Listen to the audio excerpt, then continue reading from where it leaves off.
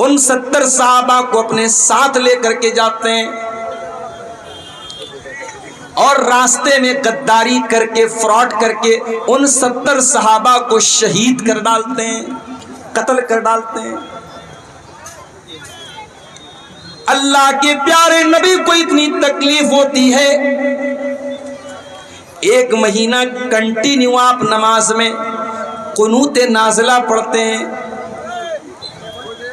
ہر نماز کی آخری رکعت میں رکوع کے بعد کھڑے ہو کر کے آپ قنوت نازلہ پڑھتے ہیں،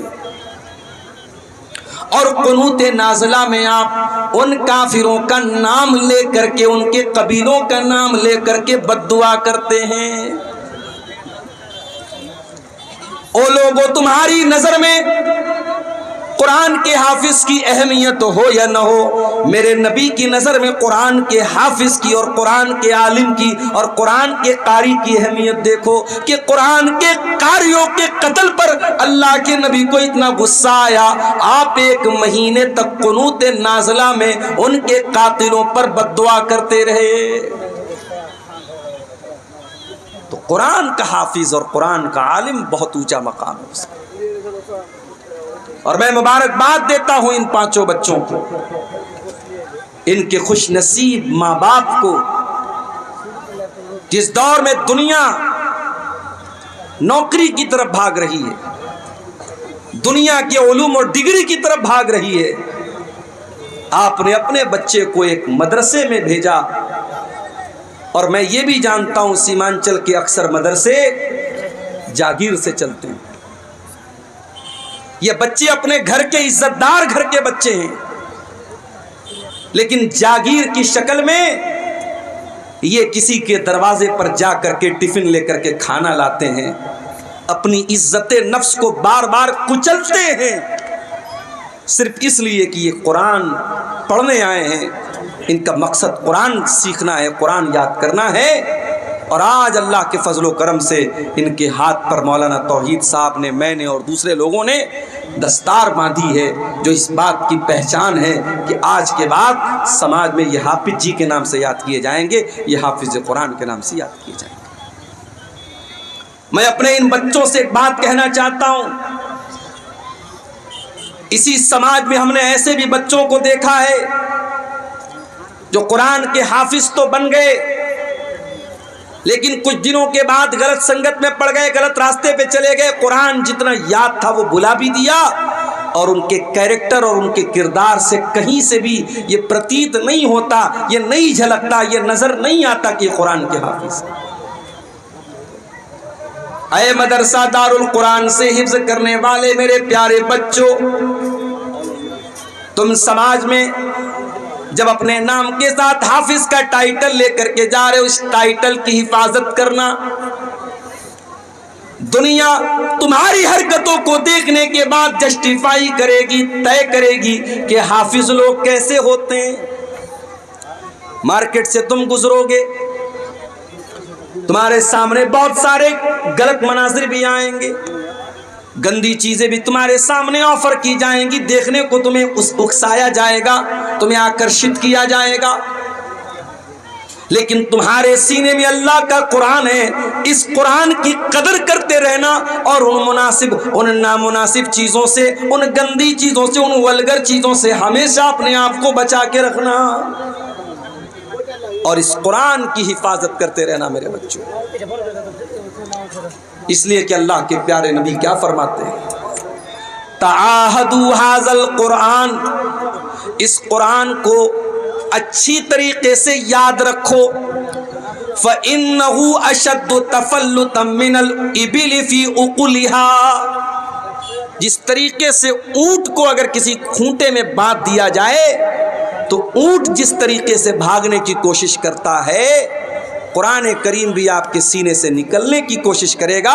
اس قرآن کو باندھ کے رکھنا، اس قرآن کو محفوظ کر کے رکھنا، قرآن کو اپنے دل سے، دماغ سے نکلنے مت دینا۔ میرے عزیزوں، بات نکلی ہے قرآن کی، تو ایک بات میں آپ کو اور بتانا چاہتا ہوں۔ اللہ تعالیٰ نے دنیا میں بہت سارے نبیوں کو بھیجا، اور بہت سارے نبیوں کو اللہ تعالیٰ نے بہت ساری کتابیں بھی عطا فرمائے۔ 4 کتابوں کا نام تو ہم بہت فیمس ہے، مشہور ہے، جانتے ہیں۔ داؤد علیہ السلام کو زبور ملی تھی، موسیٰ علیہ السلام کو تورات ملی تھی، عیسیٰ علیہ السلام کو انجیل ملی تھی، ہمارے نبی کو قرآن ملا تھا، یہ تو ہم جانتے ہیں۔ بہت ساری کتابوں کا نام بھی ہمیں نہیں معلوم، لیکن یہ بات یاد رکھو، جس طریقے سے اللہ کا آخری نبی خاتم النبیین ہے، اب آپ کے بعد دنیا میں کوئی نبی آنے والا نہیں، کوئی رسول آنے والا نہیں ہے، اسی طریقے سے قرآن اللہ کی آخری کتاب ہے۔ اب قرآن کے بعد کوئی دوسری کتاب دنیا میں آنے والی نہیں ہے۔ قرآن نے پچھلی تمام کتابوں کو منسوخ کر دیا، کینسل کر دیا، اب قانون چلے گا تو قرآن کا چلے گا۔ اب اگر مانا جائے گا کسی کتاب کے قانون کو، اگر کوئی کتاب بک آف لا ہے، اگر کوئی کتاب قانون کی کتاب ہے تو وہ قرآن مجید ہے۔ اور اسی لیے اللہ تعالیٰ نے قرآن کو اتارا تو کون سے فرشتے کے ذریعے اتارا؟ فرمایا نزل بہ الروح الامین، اس قرآن کو لے کر کے جبریل امین آئے ہیں، فرشتوں کے سردار آئے، تمام فرشتوں میں سب سے اعلیٰ، سب سے اعظم، سب سے بہترین فرشتے حضرت جبریل اس قرآن کو لائے ہیں۔ قرآن جس ہستی کے اوپر اتارا گیا، اس ہستی کے بارے میں اللہ قرآن میں کہتا ہے وَمَا أَرْسَلْنَاكَ إِلَّا رَحْمَةً لِّلْعَالَمِينَ، اے نبی ہم نے آپ کو ساری کائنات کے لیے رحمت بنا کر کے بھیجا۔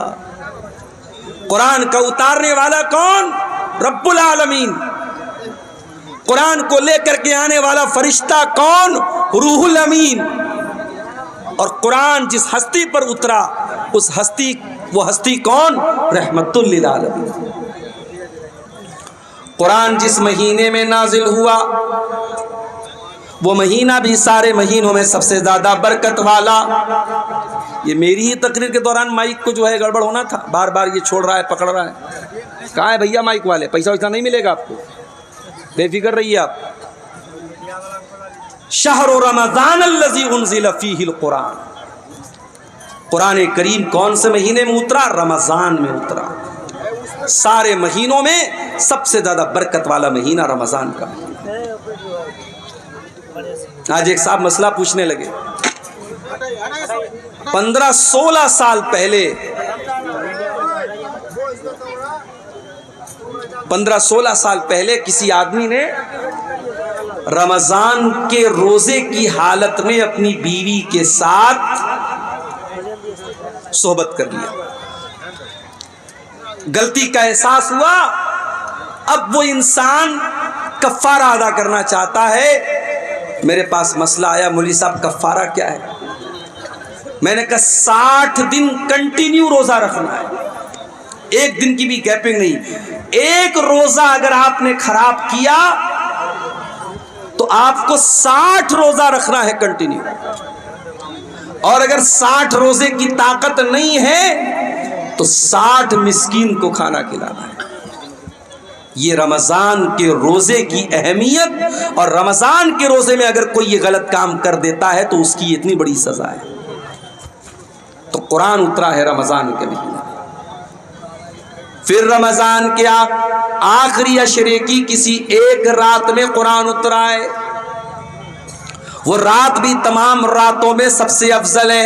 اِنَّا أَنزَلْنَاهُ فِي لَيْلَةِ الْقَدْرِ وَمَا أَدْرَاكَ مَا لَيْلَةُ الْقَدْرِ لَيْلَةُ الْقَدْرِ خَيْرٌ مِّنْ أَلْفِ الشَّهْرِ، اے نبی اس قرآن کو ہم نے لیلۃ القدر میں اتارا ہے، اور آپ کو کیا معلوم کہ لیلۃ القدر کیا ہے؟ لیلۃ القدر 1000 مہینے سے افضل ہے۔ 1000 مہینہ کیلکولیٹر پہ کیلکولیٹ کرو، تقریباً 84 سال بنتے ہیں۔ ایک رات جس رات میں قرآن اترا ہے، اس ایک رات کی فضیلت یہ ہے کہ وہ ایک رات اللہ تعالیٰ کے یہاں 84 سال سے بہتر ہے۔ یہ ہے قرآن کا مقام۔ ہم نے قرآن کو بڑی آسانی سے حاصل کر لیا ہے، اس قرآن کی قدر ہم کو نہیں معلوم میرے۔ یہ قرآن بہت بڑی دولت ہے اللہ تعالیٰ کی۔ یہ قرآن اللہ تعالیٰ کی بہت بڑی نعمت ہے میرے بھائیوں. یہ قرآن ہمیں اور آپ کو ملا ہے. اس قرآن کی قدر کرو, اس قرآن کی ویلو کو سمجھو, اس قرآن کی قیمت کو سمجھو. مان لیجئے ہائی اسکول اور انٹر کی پریچھا دینے والوں کو ہمارے یو پی میں یوگی جی ٹیبلٹ دے رہے ہیں. انٹر اور بی اے کرنے والوں کو یوگی جی ٹیبلٹ دے رہے ہیں, لیپ ٹاپ دیا جا رہا ہے. اس ٹیبلٹ کو, اس لیپ ٹاپ کو ایک اسٹیٹ کا مکھیہ منتری دے رہا ہے تو اس کی بڑی ویلو ہو جاتی ہے. اگر آپ کے موبائل پر میسج آ جائے, دیش کے پرائم منسٹر کا میسج آ جائے, اسٹیٹ کے چیف منسٹر کا میسج آ جائے اور اس میں آپ کا نام لکھا ہو اور آپ کو مخاطب کیا گیا ہو, آپ تو باغ باغ ہو جائیں گے, اتنی بڑی ہستی کا میرے پاس میسج آیا. او لوگو, یہ قرآن بھی تو اللہ کا میسج ہے. یہ قرآن اللہ تعالیٰ کا لاسٹ میسج ہے, یہ انتم سندیش ہے جو اللہ نے آپ کو دیا ہے. فرمایا شہر رمضان الذی انزل فیہ القرآن ھدی للناس وبینات من الھدی والفرقان. او لوگو, یہ قرآن رمضان کے مہینے میں اتارا گیا ہے اور یہ قرآن ساری مانوتا کے لیے گائیڈنس کا کام کرتا ہے, مارگ درشن کا کام کرتا ہے. صحیح کیا ہے, غلط کیا ہے, کھرا کیا ہے, کھوٹا کیا ہے, سچا کیا ہے, جھوٹا کیا ہے, شرک کیا ہے, توحید کیا ہے, یہ قرآن آپ کو بتائے گا. وَبَيِّنَاتٍ مِّنَ الْهُدَى وَالْفُرْقَانِ, یہ حق اور باطل کو کھول کھول کے بیان کرنے والی کتاب ہے. لاؤ دنیا کی کوئی اور کتاب, لاؤ دنیا کی کوئی اور کتاب. ڈاکٹر ذاکر نائک پڑوسی ملک کے دورے پر ہیں. ایک کرسچن نے سوال کیا, ڈاکٹر صاحب آپ نے بائبل کی فلاں آیت پڑھی ہے, آپ نے غلط طریقے سے کوٹ کیا ہے. ڈاکٹر صاحب نے کہا, ڈاکٹر ذاکر نائک نے کہا کہ اگر میں نے غلط کوٹ کیا ہے آپ پروف لا کے دے دو, میں مان لوں گا. اپنی دوسری تقریر میں ڈاکٹر ذاکر نائک بولتے ہیں کہ بائبل کے انڈیا کے اندر کئی ہزار نسخے اور ان ہزاروں نسخوں میں بہت ڈیفرنس ہے, بہت فرق ہے, بہت فرق ہے, بہت انتر ہے. بائبل کے الگ الگ ایڈیشن میں بہت انتر ہے. دوسری طرف آ جاؤ قرآن کے اندر, عثمان غنی رضی اللہ تعالیٰ عنہ قرآن پڑھتے ہوئے شہید کیے گئے, اور جب وہ قرآن پڑھ رہے تھے اس قرآن کی کاپی کے اوپر, اس قرآن کے نسخے کے اوپر حضرت عثمان غنی کے خون کے چھینٹے بھی پڑے تھے. تو قرآن کریم, عثمان غنی رضی اللہ تعالیٰ عنہ قرآن کی تلاوت کر رہے ہیں اور قرآن کے جس نسخے پر حضرت عثمان غنی کے خون کے چھینٹے پڑے تھے وہ آج بھی تاشقند کے میوزیم میں وہ قرآن موجود ہے. اور آپ کو جان کر کے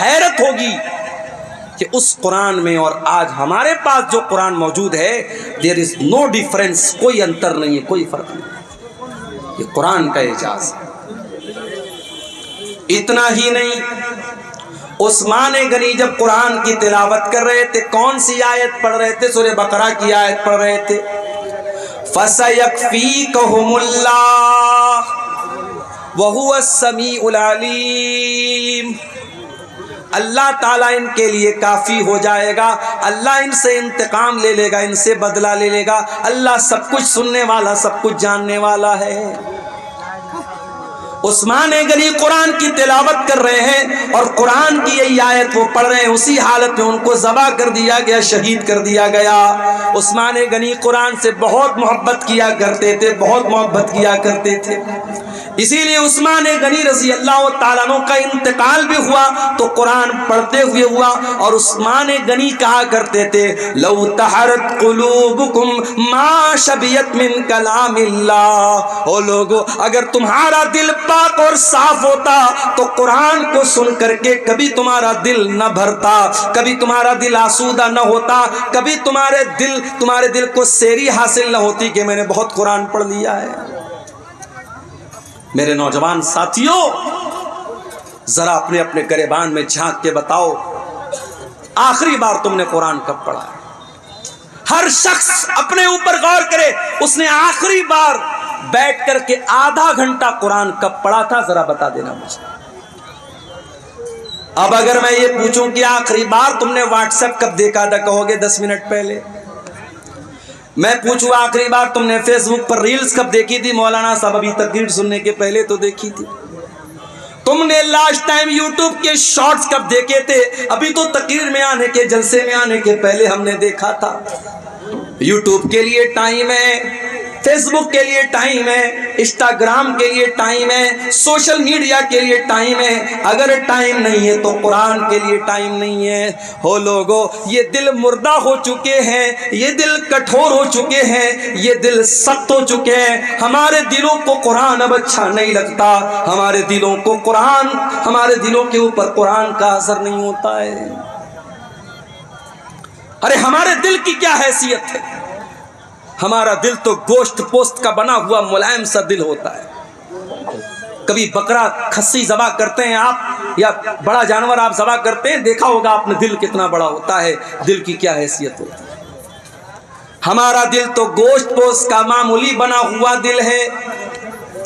اللہ قرآن میں کہتا ہے، قرآن کے 28ویں پارے میں کہتا ہے، سورہ حشر کی آیت نمبر 21 میں کہتا ہے، لو انزلنا ھذا القرآن علی جبل لرأیتہ خاشعا متصدعا من خشیۃ اللہ۔